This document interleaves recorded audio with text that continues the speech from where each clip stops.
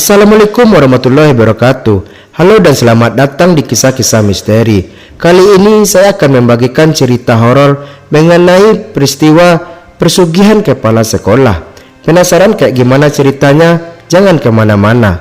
Sebelum masuk pembahasan, alangkah baiknya sahabat kisah-kisah misteri support channel ini dengan cara like dan subscribe channel ini supaya kita semangat lagi untuk membahas kisah misteri lainnya. Dan bagi yang sudah subscribe dan like, semoga kalian selalu dilindungi oleh Allah Subhanahu wa Ta'ala dan dijauhkan dari segala mara bahaya. Amin ya robbal alamin. Gak usah berpanjang lebar, mari kita mulai ceritanya. Pesugihan kepala sekolah. Kala itu aku masih duduk di kelas 9, jurusan bahasa. Bicara tentang sekolah, banyak sekali bangunan-bangunan Belanda yang dijadikan sebagian sekolah. Bangunan-bangunan tua yang dijadikan sekolah, ada pula yang membangun dari nol di lahan yang sangat luas untuk didirikan sekolah, tempat untuk menuntut ilmu, membangun karakter dan mempersiapkan untuk masa depan. Tak hanya manusia yang menghuni sekolah, tapi makhluk lain juga ikut meramaikan tempat yang disebut dengan sekolah. Berbagai cerita mengenai sekolah sudah merak di masyarakat luas. Setiap sekolah pasti punya cerita yang masing-masing. Kali ini kita akan membahas sebut saja sekolah SMA 1 yang berada di Pulau Jawa. Kala itu aku masih duduk di kelas 9 jurusan bahasa. Aku menjadi ketua OSIS di SMA tercintaku ini. Kelasku tepat berada di bawah lab biologi. Di dalam lab biologi ada tengkorak asli manusia. Tengkorak tersebut berasal dari guru biologi sekolahku. Beliau mendedikasikan tubuh untuk dijadikan bahan ajar siswa. Pengabdian seorang guru untuk mencerdaskan anak bangsa, tapi tak jarang persepsi siswa akan tengkorak asli itu berubah menjadi horor. Pasalnya, kalau tengkorak asli manusia pasti ada sesuatu di dalamnya. Mungkin itu salah satu alasan sekolah dibilang angker. Tanpa tengkorak itu pun sekolahku sudah angker. Rasa sepulang sekolah, anak OSIS rapat untuk menghadapi hari esok, yaitu hari pramuka yang jatuh pada hari Sabtu. Untuk bertugas upacara dari anak OSIS, jadi mau tak mau kami harus ikut mempersiapkan segala hal. Aku sebagai ketua OSIS diminta tolong oleh guru untuk menghandle upacara hari pramuka. Saat aku sedang berjalan di lorong tengah antara lapangan basket dan ruangan BK, Bapak Samsuri, guru bagian kehasiswaan, memanggilku. "Randy, ke ruangan Bapak sebentar," pinta Pak Samsuri kepadaku. "Siap Pak," jawabku dengan sigap. Aku yang sedang menenteng makanan yang kubeli dari kantin, langsung aku serahkan kepada temanku dan langsung mengikuti langkah dari Pak Samsuri. Besok ini hari pramuka, karena tak ada yang bertugas jadi anak OSIS yang tugasnya nanti sepulang sekolah latihan. Konsumsi nanti minta saja sama Mbok Rum. Bapak sudah bilang beliau. Pak Samsuri menjelaskan maksud dan tujuannya. "Baik Pak, nanti saya sampaikan kepada anak OSIS lainnya." "Mohon maaf Pak, ada lagi," jawabku. "Tidak, bisa kembali ke kelas Ren. Terima kasih," sahut Pak Samsuri. "Baik Pak, sama-sama." Reni pamit. "Pak," aku memberi salam dan langsung kembali ke kelas. "Oh ya Mbok Rum, ini adalah ibu kantin favorit di SMA aku. Beliau orangnya ramah sekali dan sering memberi kami anak OSIS makanan ketika sedang mengerjakan kegiatan sampai sore. Namanya juga anak SMA. Uang jajan pas-pasan. Ketika diberi makan yang senangnya bukan main." Sepulang sekolah, seluruh anak OSIS latihan upacara di lapangan sepak bola. Tiang bendera SMA 1 tercinta ini sangat besar seperti tiang di Istana Presiden. Bisa dibayangkan. Nah, begitu. Pokoknya besar dan tinggi. Persiapan selesai, kami pulang untuk mempersiapkan kondisi badan supaya besok bisa bertugas dengan maksimal. Hari Rabu pun tiba.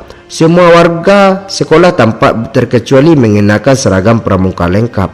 Semua mengikuti upacara memperingati hari pramuka dengan khidmat. Selesai upacara, kami belajar seperti biasa. Kabar burung dari kelas 12 bahwa akan ada penyambutan lambang tunas kepala di sekolah. Dan benar saja, aku kembali dipanggil Pak Samsuri untuk mengkoordinasikan seluruh siswa supaya ikut penyambutan. Bel istirahat kedua berbunyi. Seluruh siswa diminta untuk mengikuti penyambutan di lapangan sepak bola. Penyambutan lapang tunas kelapa ini dihadiri oleh Bapak Bupati, Bapak Gubernur dan tamu-tamu penting yang lainnya. Lambang tunas kelapa ini bawa untuk mengurutkan jalur gerilya Jenderal Sudirman. Bayangin aja istirahat kedua jam 12 siang dan harus berkumpul di lapangan. Sungguh sangat malas. Aku pun sebenarnya sangat malas, tapi karena mempertaruhkan nama baik sekolah ya harus kulakukan. Selesai menyambut, kita semua kembali belajar. Tiba-tiba ada pengumuman bahwa tidak boleh ada satupun siswa yang keluar dari sekolah. Untuk semuanya, siswa diharapkan tidak meninggalkan kelas dengan alasan apapun. Terima kasih. Karena penasaran, aku keluar sendiri dan mencari tahu kenapa siswa tidak boleh keluar kelas. Maklum, ketua OSIS biar tahu nanti kalau ditanyai sama anak-anak. Aku berjalan melewati lorong menuju BK dan aku bertanya kepada salah seorang siswa yang berada di dalam ruang BK. Napa apa? Tanyaku sedikit berbisik kepada adik kelas yang duduk di sana. Cah, 12 IPA ada kesurupan mas. Anak-anak 12 IPA kesurupan, jawab adik kelas ini. Sontak membuatku kaget. Sekarang apa di mana dia kesurupan? Tanyaku. Masjid mas, sahutku adik kelas ini. Tanpa basa-basi lagi, aku segera bergegas ke masjid depan, ingin melihat anak-anak yang kesurupan. Baru saja berjalan ke arah ruang guru, HP ku berbunyi. Tak ada SMS dari Putra, wakil ketua OSIS, yang isinya, "Ren, teman-teman dipulangkan. Kamu nganterin Iksan pulang ya. Iksan anak kelas 10. Pokoknya harus kamu yang nganter. Aku handle sekolah." Ini SMS dari Putra. Tanpa pikir panjang, aku langsung mencari anak yang bernama Iksan dan langsung mengantarnya pulang. Setelah itu aku masih memakai motor bebek. Badanku kecil sedangkan badannya Iksan besar. Jadi lucu aja kalau dilihat, tapi ya sudahlah. Yang penting sudah melaksanakan tugas. Sepulang aku mengantar Iksan, aku langsung kembali ke rumah tanpa mengecek suasana semapren SMA Perjuangan. Malas juga harus berurusan dengan Dedemit.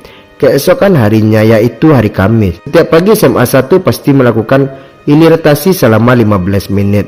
Hari ini jadwal membaca Al-Quran. Jadi seluruh sekolah setelah bel berbunyi mulai membaca Al-Quran. Setelah selesai literasi, tiba-tiba tiang bendera yang sangat besar itu ambruk. Tiang bendera jatuh pas di tengah arah naik kelas 11. Di waktu yang bersamaan kaca jendela kelas 10-6 pecah benar-benar tanpa ada tanda-tanda. Atap tangga ambruk sehingga anak-anak kelas 11 yang di lantai 2 tidak bisa turun dan sempat ketahan, panik dan ricuh. Teriakan dari berbagai penjuru sekolah. Selang berapa menit, tiba-tiba ada pengumuman. Untuk semua siswa diharapkan tetap di kelas agar situasi kondusif. Itu pengumuman selanjutnya. Terima kasih.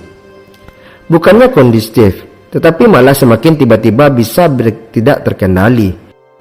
Anak-anak yang penasaran dengan tiang bendera malah membuat kerumunan di sekitar tangga ingin mencari atau kenapa tiang sebesar itu bisa ambruk.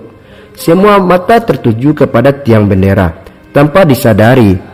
Di saat itu juga terjadi kesurupan massal. Kenapa massal? Karena lebih banyak daripada hari Rabu kemarin.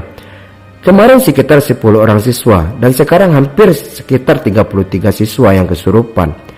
Apakah mungkin ada sangkut pautnya antara ambruknya tiang bendera dan pecahnya kaca kelas 10-6 dan kesurupannya anak-anak? Tidak ada yang tahu. Makin banyak anak yang mendekati area tangga, akhirnya ada segerombolan kakak kelas yang datang. Merengsek di tengah kerumunan lalu berteriak-teriak membubarkan kerumunan. Masuk kelas semua atau akan semakin banyak korban, kata salah satu kakak kelas. Korban? Apa maksudnya? Karena ketakutan dengan kakak kelas, akhirnya satu persatu siswa masuk dalam kelas masing-masing. Yang dipikir sekarang adalah bagaimana anak kelas 11 yang berada di lantai 2 bisa turun karena atap tangga ambrol, menimpa tangga dan sangat tidak memungkinkan sekali untuk dilalui. Sekitar pukul 8 pagi, akhirnya pihak sekolah bisa membuat tangga darurat dan bisa mengevakuasi semua siswa. Akhirnya tanpa ada pengumuman seperti kemarin, siswa yang masih selamat dari kesurupan disuruh pulang segera. Semua harus meninggalkan sekolah agar korbannya tidak semakin banyak. Karena aku merasa mempunyai tanggung jawab terhadap sekolah ini, aku mencari tahu penyebab kesurupan massal. Aku mencoba melisik ke belakang adik kelasku. Kenapa adik kelas? Karena pasti mereka segan untuk berbohong kepada kakak kelas, apalagi embel-embelku ketua OSIS.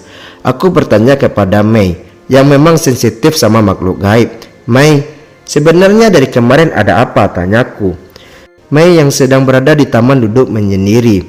Mas Randy, berhamburan mas.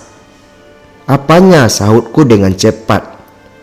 Jadi hari Rabu kemarin, Mbak Santi dan Mbak Devi keluar dari kamar mandi kelas 12. Udah diam aja mas sampai kelas. Nah, ketika masuk kelas pun gak nyapa gurunya, langsung duduk aja, kata Mei. Terus apa hubungannya dengan ini, Mei? Sambungku cepat saking penasarannya.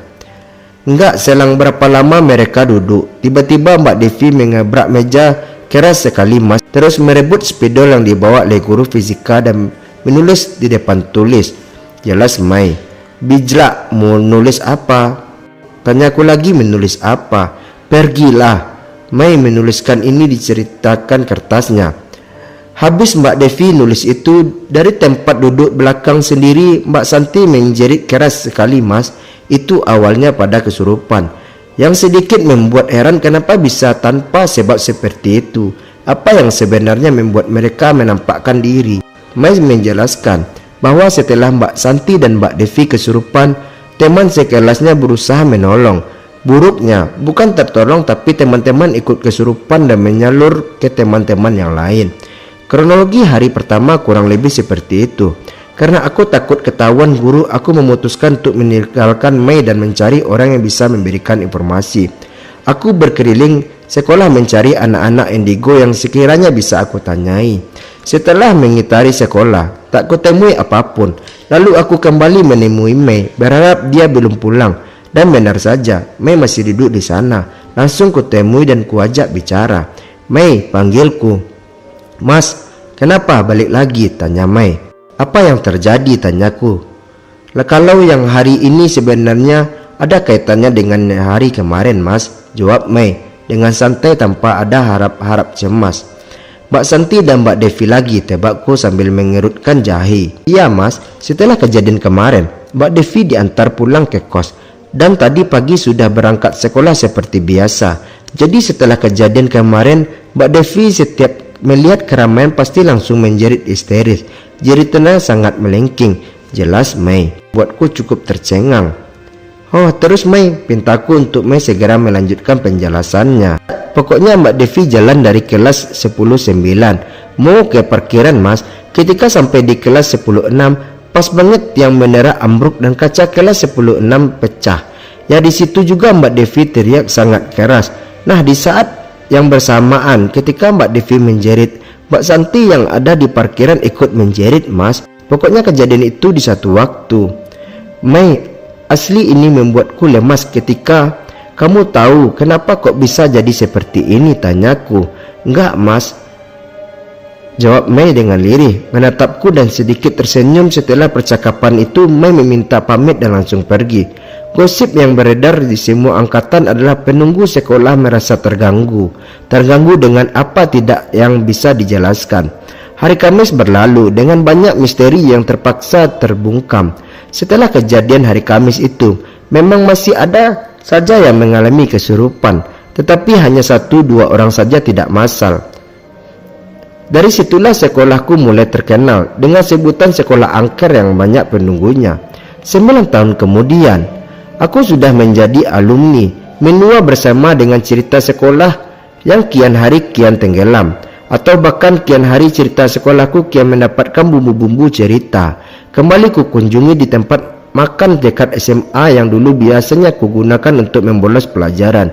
Di tempat ini aku menemukan jawaban yang selama ini yang terpendam. Jawaban dari kesurupan massal yang ada di sekolah dulu. Warung makan disebut saja warung makan legendaris. Aku bertemu dengan kakak kelasku yang bernama Mas Anang. Mas Anang dulu adalah seksi pedamitan di sekolah. Tapi pada saat kejadian itu justru Mas Anang tidak unjuk gigi sama sekali. Kamu mas, gimana kabarnya? Baik, sapaku pada Mas Anang. Weh Randy, baik Ren. Sini loh, sini. Ngobrol dulu, udah lama gak ketemu. Balik pasapa Mas Anang. orang yang terkenal sampai supel di sekolah. Nggih mas. Ya mas, jawabku sambil tersenyum. Aku kemarin habis dari sekolah Ren. Hantunya masih banyak, canda Mas Anang seperti menepuk-nepuk pundakku. Sambil menyelam minum air, Mas Anang suka sekali membahas cerita-cerita horor yang ada di sudut sekolah. Mumpung dia sedang memulai obrolan perihal Demet, berbesit pikiranku tentang kejadian 9 tahun lalu. Dan akhirnya aku tanyakan saja pada Mas Anang. Mas, aku mau tanya. Tanya apa? Aku jawab, kata Mas Anang. Mas ingat gak ketika kesurupan 9 tahun yang lalu? Sebenarnya ada apa mas, tanyaku. Mau tahu yang sebenarnya Ren? Jawab Mas Anang. Iya mas, sahutku dengan muka yang sangat serius. Mas Anang memulai menceritakan kronologi sebelum kejadian 2 hari teror kesurupan di sekolah.